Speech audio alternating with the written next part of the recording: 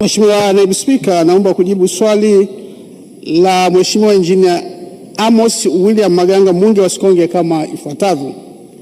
Mheshimiwa Naibu Spika, upembuzi yakinifu na usanifu wa kina kwa ajili ya ujenzi kwa kiwango cha lami wa barabara ya Ipole Rungwa inayounganisha mikoa ya Tabora na Mbeya umekamilika. Kwa sasa serikali inaendelea kutafuta fedha kwa ajili ya kuanza ujenzi wa barabara hiyo. Kuhusu barabara ya Sikonge Kipili, serikali inaendelea kutafuta fedha kwa ajili ya kuifanyia upembuzi yakinifu na usanifu wa kina kwa ajili ya kuijenga kwa kiwango cha lami. Baada ya usanifu kukamilika, serikali itatafuta fedha kwa ajili ya kuanza ujenzi. Asante Mheshimiwa Naibu Spika. Mheshimiwa Engineer Amos William Maganga, swali la nyongeza. Asante sana Mheshimiwa Naibu Spika.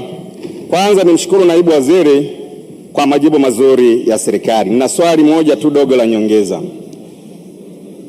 Mheshimiwa Naibu Spika, kwa vile barabara ya kutoka Ipole kwenda mpaka Rungwa imekuwa kwenye ahadi ya serikali kwa kipindi kirefu sasa, na barabara hii imekuwa ni sehemu ya ilani ya Chama cha Mapinduzi, je, serikali sasa haioni muhimu kwamba sasa fedha zipatikane na barabara hiyo ianze kutengenezwa na impendeze Mwenyezi Mungu ili barabara ikamilike hata kabla ya mwaka 2030? Mheshimiwa Naibu Waziri, majibu.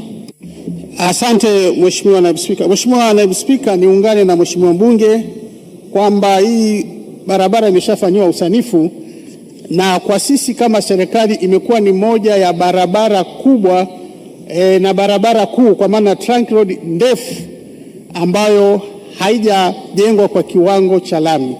Na tunapoongea sasa hivi, Mheshimiwa Naibu Spika, serikali inatafuta chanzo sahihi kwa maana ya kuijenga hiyo barabara kuanzia Ipole hadi Rungwa.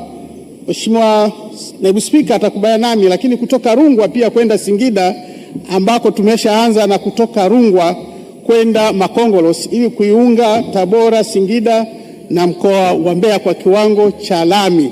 Na mpango upo mkubwa wa kutafuta chanzo cha uhakika ili kuikamilisha hiyo barabara. Asante Mheshimiwa Naibu Spika.